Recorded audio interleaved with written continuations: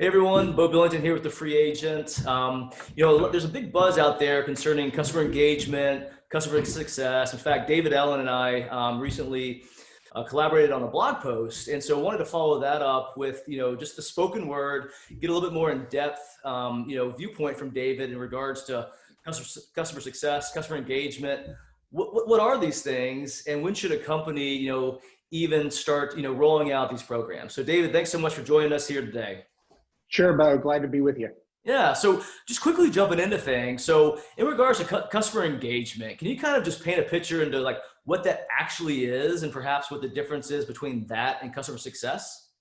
Yeah, so customer engagement is really the act of figuring out how and when you're going to talk to your customers, right? Whether you do it through marketing or you do it through sales, you do it through support, your operational team is engaging with your customers. It's about being deliberate in how you choose to engage with your customers. So great response. So, if you look at the typical company, is there a specific, vertical or industry or company size where this should be on somebody's radar? Or does it even matter what size you are? You should always have a focus on the customer and the engagement component of, working with them. In my humble opinion, it matters to any company that wants to keep their customers happy and keep them coming back and buying more products or services from them. So to me, that's any company. If you're a startup company and you value every single customer that you have because you don't have a lot of them, it's hugely important to engage with them properly. If you're a big enterprise company, right, it's just as important. It costs more to get new clients than it does to keep the existing ones. Why not invest your time in keeping them happy and keeping focused on what their goals and objectives are and staying engaged with them? That's a great point. And to kind of jump down a quick rabbit hole, you mentioned startups and you mentioned big enterprises. And what could a startup or a smaller organization do? Little tidbits where they could start kind of focusing their efforts on that customer engagement piece, even if maybe they don't have the resources or budget that a large enterprise would have. Yeah, customer engagement is definitely a crawl, walk, run type of thing, right? So you use the resources that you have. If you don't have technology, then you get on the phone, you talk to your customers, you send them emails, you get on a Zoom call with them. You send them some marketing messages if you can, just to stay connected and stay engaged with them. Make sure you're understanding what it is, why they're buying your product, right? What's your customer's why? Why are they buying your product? How are they going to use it? What problem are they trying to solve? And that typically drives engagement. Got it. So it's really kind of understanding the voice of the customer, what their triggers are from a buying perspective, what they're really trying to accomplish with engaging with your company. And then utilizing those to, I guess, better tailor your messaging, your deliverables, as well as your product and service. Yeah, well, and making sure that your product or your service is actually going to solve the problem for them. Because if it doesn't, they're going to leave and they're going to go find something else that does. Got it. Understood. So kind of, in that vein, how does a company know if they're deficient in their current engagement strategy, right? What are the things they should look out for? And what are some ways that perhaps they could enhance that? Well, the first thing I would look out for is I would look out for retention, right? If you're not retaining your customers, if they're leaving at numbers way above what you think they should be leaving, right? Every company is going to lose a couple of customers here and there. Right. But if your retention rate is below 95%, you shouldn't be happy with that. You should understand what's happening, why it's happening, and you should be able to figure out what to do with it. So I would say retention or renewal rate is one. The second one I would probably say is your customer satisfaction and your engagement. If your companies aren't engaged with you, if you're not getting the customer satisfaction scores you should be getting, that's a leading indicator that something's wrong. And eventually that will result in retention issues.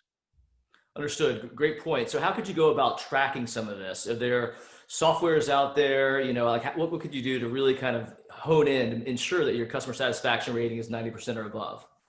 Yeah, so for the small kind of startup company, even using something like a Survey Monkey just to get the voice of the customer. So when you do a survey program, it's typically called something called voice of the customer, where you're trying to get a complete view of the customer sentiment about your business. It may be an overall score, or it may be specific to a unique thing that you did for them. So for example, a SaaS company, software as a service company, they may want to measure overall satisfaction, but they may also want to measure specific things like the customer's perception of their onboarding program, right? Did their onboarding program go well? Were they fully engaged? Did it set them up for success? Were they happy with it? Those things would be very important because they drive the future relationship, right? Yeah.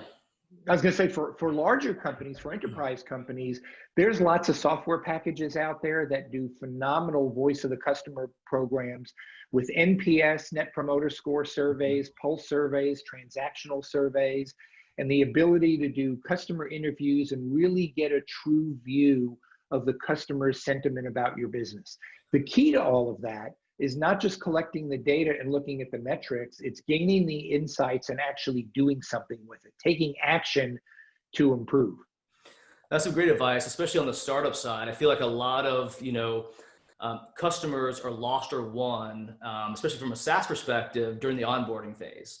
And if the companies are not, given the proper tools to find success, then chances are they're going to leave in 6 months or a year. And you see that a lot with technology companies, that the investment is completely poor because the company's lack of follow through getting their customer up and running.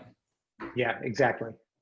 So what should a company do that's looking to potentially implement an actual strategy as it pertains to customer engagement? What should that look like maybe initially, and how large of an undertaking would that possibly be? Yeah, I would say that a company should not stress about it. They should crawl and walk before they run, do the little things that they can do to make a difference, and then worry about the bigger things later on. So the first thing for me is I always tell companies to go back and revisit their mission, vision, and values. If they're not in alignment. So a great example, I was talking to a company recently that in their mission statement, they talked about being customer centric.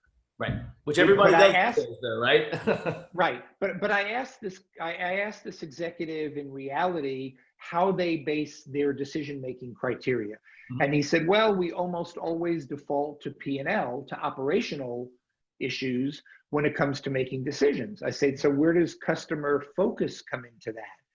And they say, "Well, that's a problem. There's a disconnect there because we say that we're customer centric, but most of the decisions we make are financially oriented, and a lot of times they're in the best interest of our company and they really don't do anything for the customer." Right, they could be at odds with the customer, precisely. Exactly. So I would say start with your mission, vision, values, and then figure out how to gain alignment between that and building your culture, right? And then getting your leadership on board and saying, the customer's perspective has to have a seat in all of the decision making that goes on within the company. Yeah, and it's a great point to bring up because I feel like far too many companies, they're focused on their mission, what they're trying to accomplish. They lose sight of what the customer actually needs. And then acquiring customers is going to be that much harder if you're not providing the service and the product that they want in the first place, going back to an earlier point you made. Exactly, and that's a great lead in, because typically the second thing I recommend to companies is that they need to understand what their customers want, right? Why are you buying our product? What are the problems that you're trying to solve? How can we help you solve those the best? Basically, I call it asking, finding out what your customer's why is, right? Why are they even interested in you to begin with? The third thing I would do is I would say, look at your current state. Where are you today? What are the things you think you're doing well? What are the things you think you're not doing well? And what are the opportunities for improvement in those areas? You don't have to spend a lot of money doing a lot of improvement things. You don't have to put technology in. The problem might be internal collaboration. The customer is telling their account manager, their customer success manager, here's the problem I have. Right. And with your company, and if the customer success person or the account manager isn't going back to the operational team or the product development team and finding ways to solve those problems, then those products are no longer going to be valuable to the customer and they're going to go find something else. Those are little things that they can do in terms of increased collaboration where they don't have to spend a lot of money. Right. They just need to talk to each other, right? Knock down the silos that they have within their company. No, that's a great point. And so we kind of talked about the, walk, crawl, run mentality, right? Or crawl, walk, run, I should say, Yeah. mentality. How much effort would really is involved kind of an ongoing maintenance of customer engagement strategy? So again, we kind of talked about what we could do to set the strategy up, but what does it look like to kind of maintain? And how could a company leverage somebody like yourself? Would they bring you in to kind of like frame out that strategy, create the strategy, and then maybe hire other resources to kind of help with the maintenance? Share a little bit of insight in that, please. Yeah, so the maintenance of a program is really all about being intentional. It's about putting processes in that can be repeatable. If you're a big company, you obviously want them to be scalable, right? So that's really important. Sometimes companies will put a process in place, but they don't scale, right? So they get stuck. They're doing something good. They can't figure out how to do it better on a bigger scale, and they get stuck. But being intentional about the internal alignment that you have is critical. You've got to get the senior executives on board to drive this centricity, this customer centricity and alignment across the company. So that's what I would say. I would say that they need to talk to their customers, and they need to understand from their customers what their customers are feeling, why they're feeling that way, and what they like. And then building a program and then maintaining it is all about putting layers on top of each other. So the crawl, walk, run is, let's start doing this. Right. Once we know we're doing this well and we've built some muscle memory around it, for those sports enthusiasts out there, they understand the term muscle memory. Build some muscle memory, layer on the next thing, and then as you build muscle memory on that, keep laying things on. For companies that really have no idea where to get started, and believe me, a lot of them say they do, it's very intuitive to say, oh yeah, sure, I know how to keep my customers happy, when in fact they probably have 20% of their customers that are very unhappy at any one time.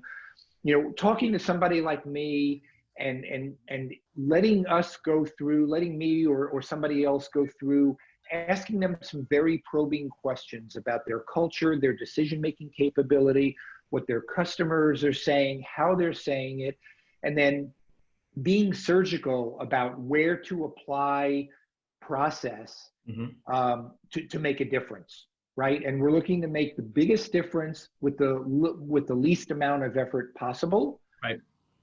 But we also want to make a difference to their most important customers. A lot of times people will say, well, I can impact with a little bit of effort, I can impact this whole group of customers.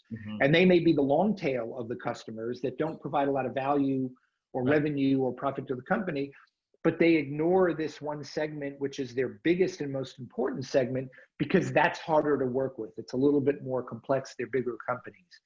So you've got to figure out where to start and where you're going to get the biggest bang for your buck. Awesome. That's great. Well, hey, David, I promised a lightning round, so greatly appreciate you spending the time today and kind of walking everybody through the difference between customer engagement, customer success, what a company could do to kind of put the bits and pieces together that are needed to really kind of establish a footprint and also kind of look at the ongoing maintenance. So greatly appreciate you taking the time today. You got it, Bo. I enjoyed it. Thanks. All right. Take care. All right. You too.